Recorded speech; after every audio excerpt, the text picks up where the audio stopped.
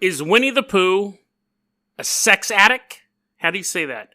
Is Winnie the Pooh addicted to sex?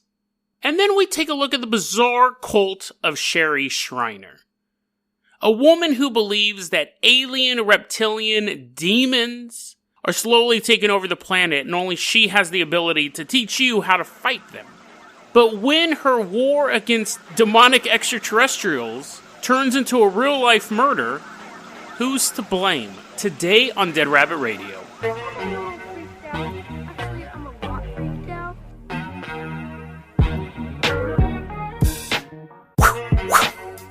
Pump throwing punches.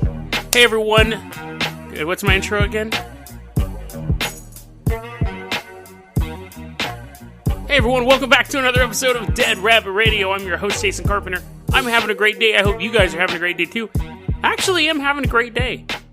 I always had a hard time taking naps on Sunday. I always felt it was a waste of time. But I've kind of come to peace with it. I take a 2-hour nap on Sunday, and I'm just like, it's just part of the routine now. I don't like doing it because I feel like I could be doing more stuff, but you gotta nap, right? Me and babies, we both have to nap. You know, I wanted to touch on something real quick here. It's one of those things that I've been following just because I have YouTube, but I think it's probably one of the dumbest things going on right now. However, I do believe there's a conspiracy involved in it. If you have been on YouTube recently, or you follow this stuff anyways because you're a big gamer, apparently this trailer came out for this Sonic the Hedgehog thing.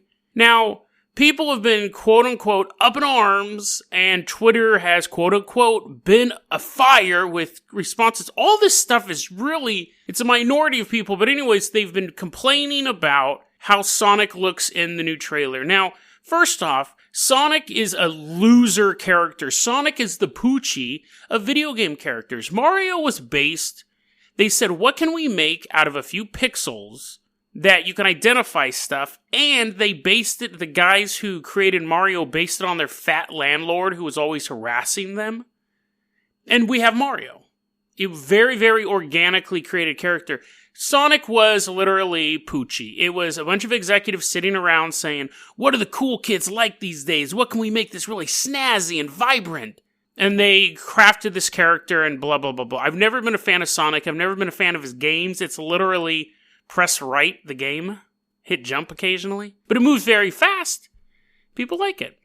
Anyways, that old man rant aside, the Sonic the Hedgehog, they're doing a live-action movie, and the design looks pretty stupid. It doesn't really look like Sonic the Hedgehog. Again, I could care less, but it came out that the director was like, listen, we heard you guys, and you guys don't like the design, we're going to fix it. Movie comes out in November, but we're going to fix the design of Sonic because you guys don't like it so much. And all of the critics were like, whew, we won. All of the Twitter critics and all of the YouTube critics were like, whoa. They're actually here. This is what I think actually happened. Because really, there's no way they can redesign it by November in the way people think they can. Especially because people want Sonic to be a little shorter, a little more squat, not have such long legs. And they would have to reshoot every scene where an actor was looking at a CGI guy because the eye level's going to have to drop a couple inches for it to look like video game Sonic. This is what I think happened. I think they have a passable version of Sonic, but it wasn't 100%.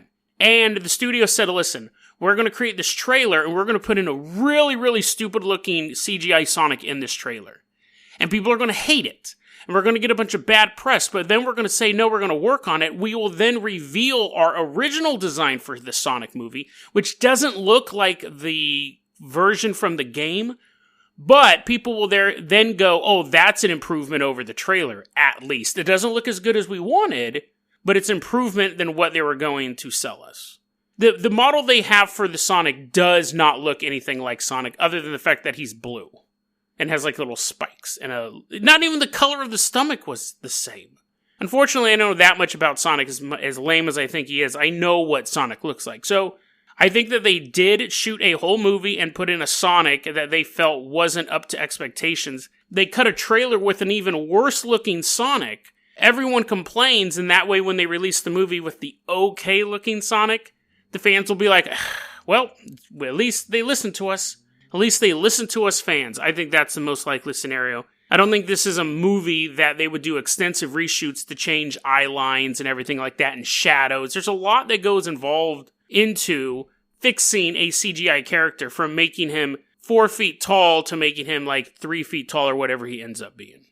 So that's my conspiracy theory on that. And I think it's stupid. I think the whole thing is dumb, but if you like Sonic, then whatever. But that being said, let's move on to our first story. Now, that wasn't even a story. That was just a little bit of a Genesis rant. Genesis system was okay. I just didn't I think Sonic's lame. Anyways, so let's go ahead and get started here with our first story. Now, our first story is an interesting exercise in both how people can be gross and how journalists structure their stories. So, I read this article recently, and it's about Jim Cummings. If you don't know who Jim Cummings is, you've heard him. You've definitely heard a version of his voice. He's the voice of Winnie the Pooh. He's the voice of Tigger. He's the voice of a couple gummy bears. He's the voice of Louie from Tailspin. He's the voice of Darkwing Duck. And he's been in done voices for tons of video games. He did a voice for a game called Alpha Protocol, which if you've never played that game's awesome. It's like a 24 type game. You're like a secret spy with alternate. It's great. Check it out. But anyways, he's done all these voices. He's been a part of almost everyone's childhood. He did the voice for Winnie the Pooh in the recent Christopher Robin movie. So he's still doing stuff. Nowadays, most young people have probably heard him more from games that he's done voices in, but for people my age and a little bit younger, they've heard him through all these cartoons. I think he's done like 250 character voices throughout his... So anyways, Jim Cummings is in a custody battle with his ex-wife, Stephanie. They were married from 2001 to 2011. They got a divorce, and now she wants solo custody of the kids, or the term is full custody of the kids. Now, I read this article, and I'm literally just sitting there, and I'm kind of reading this article, and the way the article was structured, there was a completely different way the journalist could have gone about this. I almost feel like the article was structured for most people to go, well, maybe, and then when you flip it, like we'll do at the end, you'll be like, there was a totally different way to structure this article. The title of the article is, Winnie the Pooh, Disney voice star Jim Cummings, accused of rape, animal abuse. And you're like, that is something I need to click on. That sounds like, that is a headline I did not expect to read. When you see a headline like that, you're like, I'm taking 5 minutes out of my day to read this. This is bizarre. So Stephanie is saying that these things have happened. And again, we're going to go in the order that they were listed in the article. He engaged in physical, sexual, and emotional abuse, including, but not limited to, death threats, rape, and various sexual deviant behavior forced upon me without my consent. And I'm like, ooh, that is quite the litany of charges. That's pretty harsh stuff. Divorce proceeding, custody proceeding, so hyperbole or true? As we go through the article, you will go, oh, because Jim starts to give his side of the story, and it does not put him in a good light. So first off, she's saying this stuff, that one day she was in the kitchen, and he walked in front of their 4-year-old daughter. He walked in, slapped her on the butt, and forced himself on her in front of their 4-year-old daughter. And I'm like, oh my God, that's horrible. I go to the next sentence, and it says, he forced himself on her by kissing her. Now, that's still technically, yes, that's assault, that's a crime. You just can't walk up to people. You can't walk up to your ex-wife, or your wife, really, if she doesn't want it. But you can't walk up to another human, spin them around, and start making out with them. It's stuff you see in the movies. It's illegal in real life. And the terminology where he forced himself on her in front of the 4-year-old daughter, I'm imagining Tigger raping his ex-wife. But then you go down to the next sentence, and they're making out, which, again, it's still assault. But I was immediately like, whoa, okay, so now this article is really kind of putting me in this weird sense where I'm thinking that's going to keep happening. And it does in a sense. So now I'm still like trying to figure out what is going on with this case. Then, after that thing, which could be misconstrued, he walks up, he grabs her, spins around, kisses her. He's super passionate. 4-year-old daughter sees daddy kissing mommy, doesn't think anything of it. The next sentence after, and then I'm like, well, that's pretty rude, and he shouldn't have done that. But next sentence after that, she says, after the kiss, Jim asked if she could see him leaking because that's what I make him do when he touches me. And now we're playing ball, ladies and gentlemen. Like, that type of comment, I'm like, this guy's gross. First off, who uses the terminology, you make me leak, lady? You make me leak. Like, there's a lot. One of the great things about sex is there's so many euphemisms for it. There's so many fun words for genitalia. There's so many fun words for having sex. There's sexy words. There's funny words. Leaking is not one of them. But I've never referred to myself as leaking. That's gross. That's a prostate problem, bro. That has nothing to do with your ex-wife. So at this point, I'm thinking, okay, this guy is a creep. And he's talking about leaking, and I'm like, this guy is gross. And the whole time, I'm imagining him sounding like Tigger. Tigger is easily my least favorite Winnie the Pooh character. And I love them all, except Tigger. And she also says, he raped me. I went to rehab because I just couldn't deal with it. Now, this all happened after the divorce and before 2018 when this custody battle took place. She goes, he raped me. I had to go to rehab because I started doing drugs. She goes to rehab. He shows up at the rehab clinic. The rehab staff kicks him out. So this guy, at this point in the article, I'm thinking, this guy is a certifiable nut job. She begins dating someone else who is an off-duty officer. That's not his profession. He's not constantly off-duty. She's dating a cop. And when he's off-duty, Jim Cummings, pops up into her house, bouncing on his Tigger tail, begins harassing her in front of an armed cop. He has to pull the gun on this gummy bear, tailspin character, beloved character, pulls a gun on him, makes him bounce off back into the 100-acre woods. This guy is a lunatic, and he starts to defend himself, because this is like a court battle. But his defenses are just absolutely hilarious. We'll get to these in a second. Probably the most egregious out of all of those things. The rape, obviously, was the worst, but we don't have any details on that. She ends up moving to Utah with her kids, because she's like, this dude's completely toxic, and he's nuts. She moves to Utah. He follows her there, wants to see the kids. Fine, whatever, you can see the kids. She wakes up. He's masturbating. So she's dead asleep with her daughter in the bed. She wakes up. Winnie the Pooh, beloved voice actor, Darkwing Duck is standing there in the shadows masturbating with her hand and says, she tries to stop and he goes, if you stop, I'm going to wake up our daughter. Let's get dangerous. He didn't actually say let's get dangerous, but I imagine he was thinking it. So she does it because she's terrified of what's going to happen.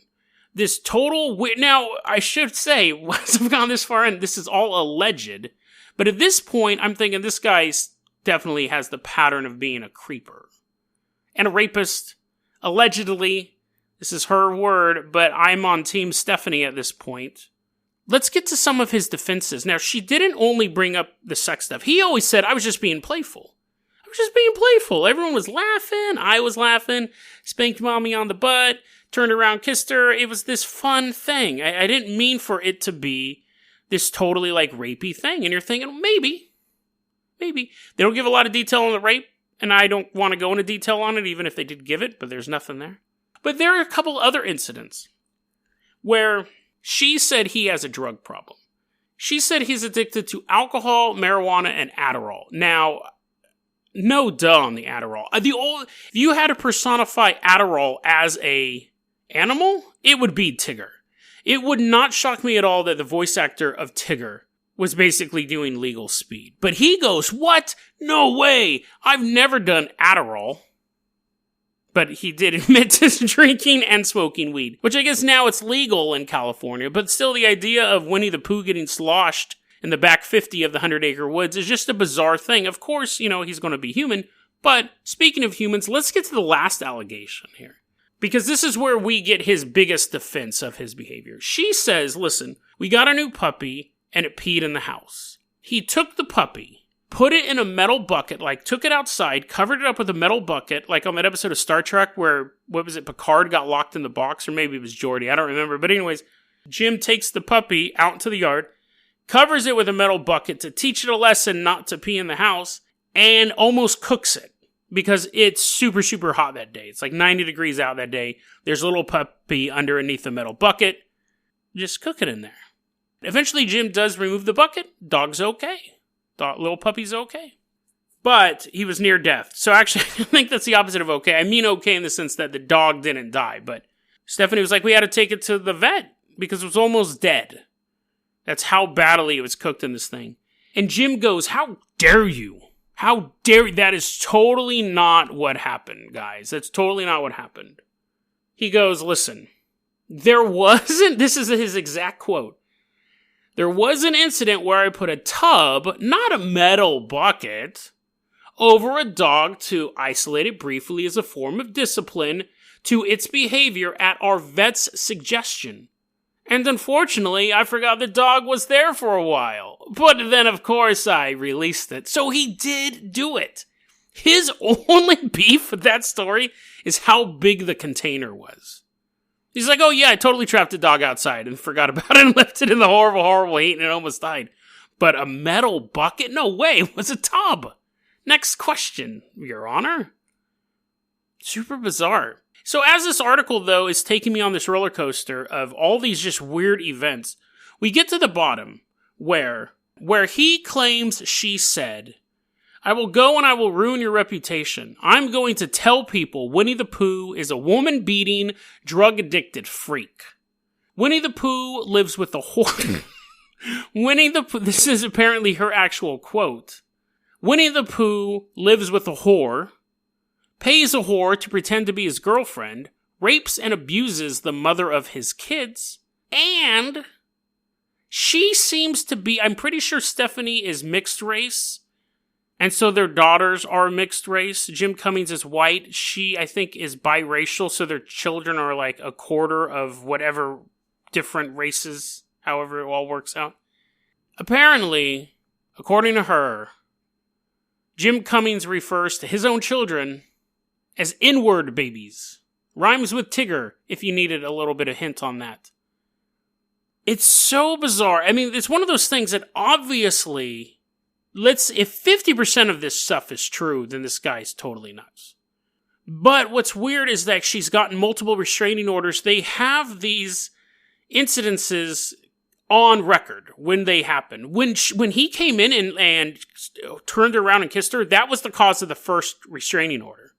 She went to the cops and was like, hey, dude, this guy's coming in my house. Like, we used to be married, but he can't do that. And the cops are like, yeah, you're right. He can't do that. Why don't you get a restraining order? So there you go. That's an ongoing custody battle between beloved children's star, Jim Cummings, and his younger wife. He's 66. I think she's in her 30s or something like that. It's such a bizarre story. It's such a bizarre story. And it's funny because I really think if the article was flipped upside down, people would view it differently. If the article started off instead of these kind of he said, she said moments where she's saying, oh, he turned me around and kissed me, and he goes, it was just a big joke. If the article starts off with her quote saying, dude, he's married to a whore and he's paying a whore. Winnie the Pooh is married to a whore and is a drug-addicted freak. Should have been your first sentence. And then the second allegation about the dog story, and then him admitting him doing that but using a different thing, totally changes how you view the rest of it. It's a very, very slow buildup, and it's kind of this he said, she said, he said, she said thing with these allegations of him doing stuff to her. And then by the end of it, she accuses him of doing something, and he's going, yes, I did do that. I just didn't use a tiny bucket. I used the giant tub. Interesting. I don't know what the motive was of the author.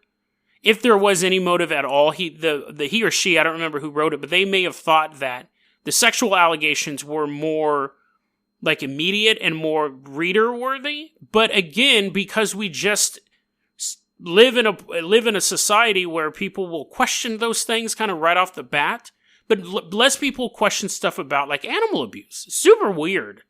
That's the story of Jim Cummings, and an interesting look at how writers structure their stories. This is an ongoing case, and I want a little bit of credit for not doing Tigger impressions that whole episode, or Eeyore impressions. I did do a Darkwing Duck joke, but serious topic, man. Serious topic. Sorry for recording it. I'll just sit over here and wait to do the other segment, because nobody liked that one. Oh, bother. So let's go ahead and move on. Let's move away. I always hate doing episodes where there's a bunch of, like, sex assaults, because I can't do jokes. I can't do jokes during that stuff. It's rough. It's rough for me. So let's go ahead and move on to a murder. These ones are generally easier to do. And actually, let me say this right off the bat. We'll cover the murder today. This story was recommended by Gary via email. And his email was basically, hey, check out this weird cult that recently had a murder connected to it. Sounds like it's right up your alley. And that basically, the research for that gave me 4 episodes worth of stuff. So we're going to go ahead and start that today. Now, today let's cover the murder. And tomorrow we'll actually go a little more into who Sherry Shriner is. But there's so much stuff going. She has like 14 different websites, a relatively huge following. It's such a bizarre story. But let's start with the catalyst right now. Thanks, Gary, for the email. But you really cost me like a ton of time researching this. Whenever I thought I was like ready to go with the episode, I was like, oh, now I got a Oregon. So I had to go research more about Oregon and all that. So we'll get into that. That'll be its own episode. But let's go ahead and start with the murder right now. That's a good way to break it up. First, we'll talk about the murder, and then tomorrow, and it's not going to be every episode just all about that, but I think it's easier to piece it up rather than to gloss over much of it. The year is 2017. The date, July 15th. It's 11 days after the 4th of July. America's birthday, some would say. Okay,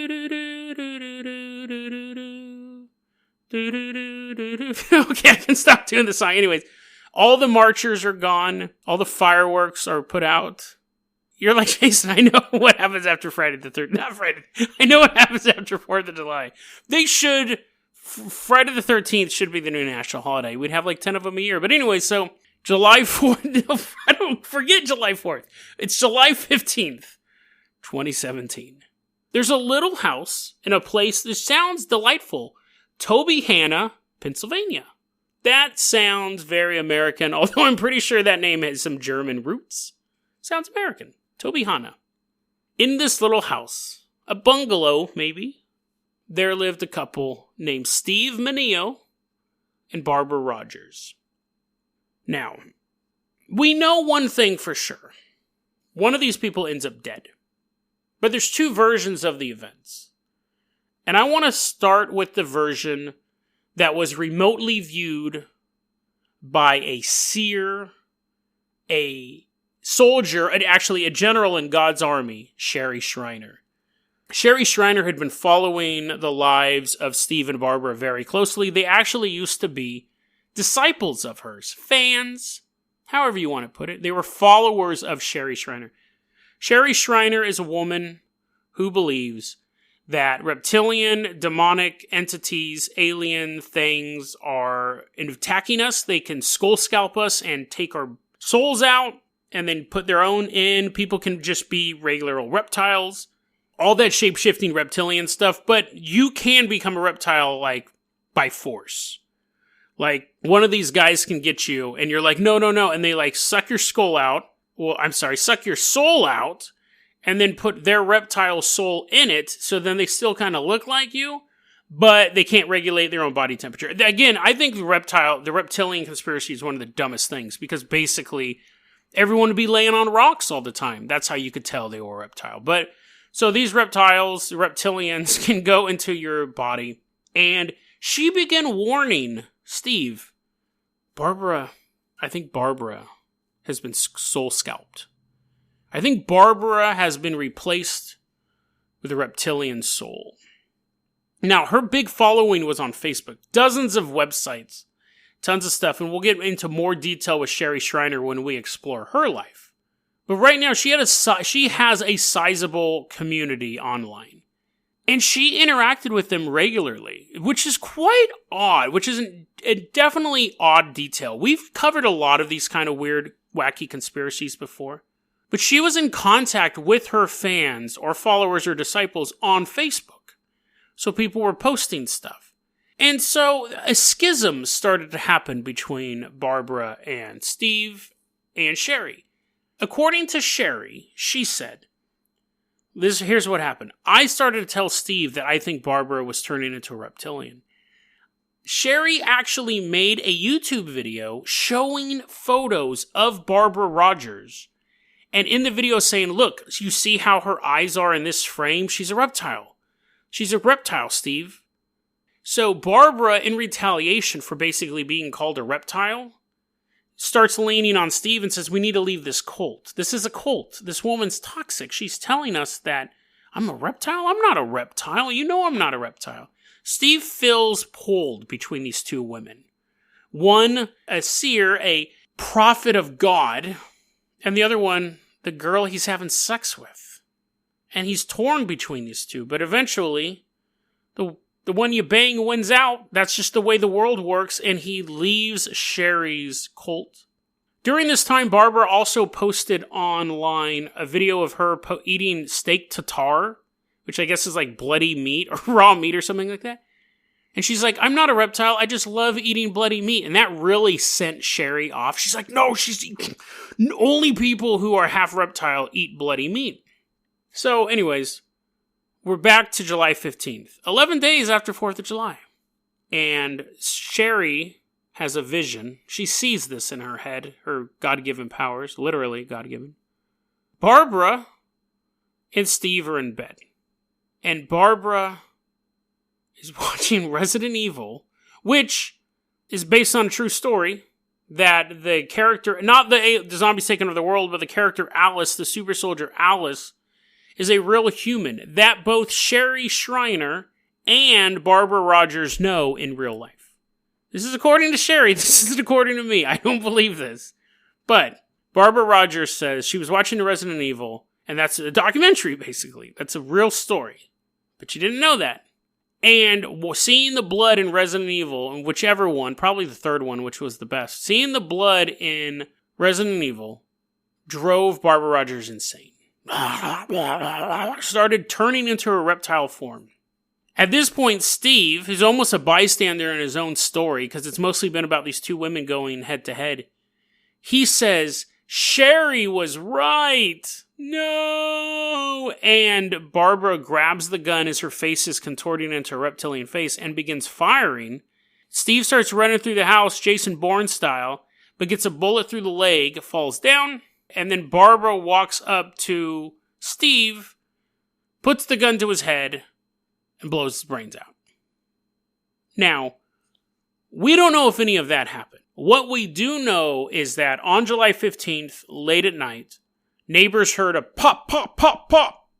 Nobody called the cops. But eventually, Barbara calls the cops herself and says, I just shot my boyfriend in the head. And when the cops show up, there's a young man with his brains are blown out, and a bullet right through the middle of his head. And Barbara goes, this is what happened. He believes that Sherry Shriner is a reptile. And he couldn't deal with the fact that the woman that he followed for so long was reptilian. So he put the gun to his own head and begged me to pull the trigger, and I didn't want to. I really didn't want to, but he begged me to because he couldn't deal with the knowledge that Sherry Shriner, God's prophet, is a reptile. So I pulled the trigger. Now, obviously, the cops have no idea who Sherry Shriner is, and it's one of those interesting things about cults. Cults are like emo bands. Cults are like those bands you've never heard of, because to you, it's like the best band ever. You're like, oh, Cheetos, this is the greatest band. Like, nobody else knows who they are. Or is it Chiodos? It doesn't matter. Nobody else knows who they are. But if you're into that music scene, they're like the best. And they are pretty good. But it's the same thing with a cult. That cult dominates your life, so you just assume everyone else kind of knows about the cult, unless it's supposed to be some secret underground satanic cult. You'd have people like Sherry Shriner being like, the world's against us, but we are the knowledgeable ones. And everyone's like, yay. Well, they're not in the person. They're all clapping out. They're typing clapping in Facebook. But you know what I mean? Like, you would assume everyone would know who Sherry Shriner is if that was all you knew. The cops are like, we have no idea what you're talking about, dude. We have no idea what's going on here. Now, this happened back in 2017. She was just recently convicted in March of 2019. She was convicted of third-degree murder. So, she'll be sentenced this upcoming June. Sherry has pretty much gone silent. Her YouTube channels haven't really posted anything. A lot of YouTube channels, so I could be wrong on this, but her main ones haven't posted anything in about a year. Barbara and Steve had YouTube channels where they were speaking out against Sherry, talking about how deceptive she was and how she was trying to come in between the relationship. All this stuff, all this horrible stuff. Those videos have all been deleted. The channel's been deleted. There was no, as far as I could tell, mirror uploads. So these two, basically all that's left as an archive online is Sherry's videos talking trash about Steve and Barbara. And how I know when Steve died, he saw her as a reptile. I can sense it. I traveled there in my mind. I have these powers. His last words were, "Sherry was right about you," and you blew his brains out, you horrible woman. And Barbara really has no response to any of this. She's in jail right now. She's probably going to end up in prison. Sherry accuses her to this day of being a vampire, witch, reptilian super soldier. It's when we get into a lot of Sherry's personal stuff, you'll see how she just throws terms together. And the crazy thing is that people really fall for this. But that's the murder that's going to open up this world of Sherry Shriner. We're going to take a look. We're going to take kind of an in-depth look into the different facets of her beliefs. Most of them flat out just bizarre lunacy that we're going to make fun of. But there seems to be an undercurrent to all of it. She believes she has special powers over everyone else. She believes that God has anointed her, that she's the granddaughter of David. King David, David and Goliath David. Granddaughter, somehow that works out. But anyways, the granddaughter of David. She was sent here by God to destroy the evil ones and raise up the good ones for this new kingdom of heaven. Obviously, that's all as stupid as possible. But, she claims she has all of these powers through prayer to strike down her enemies. And then she takes care of 2 of them in one night. One of them goes insane, saying, she's a reptile, kill me, kill me, kill me. And the other one pulls the trigger. When somebody constantly talks about them having God's power over people, you dismiss it out of hand. But when their enemies start to be taken off the board, you have to wonder, who is Sherry Shriner? DeadRabbitRadio@gmail.com is going to be our email address. You can also hit us up at Facebook.com/DeadRabbitRadio. Twitter is @JasonOCarpenter. Dead Rabbit Radio is the daily paranormal conspiracy and true crime podcast. You don't have to listen to it every day, but I'm glad you listened to it today. Have a great one, guys.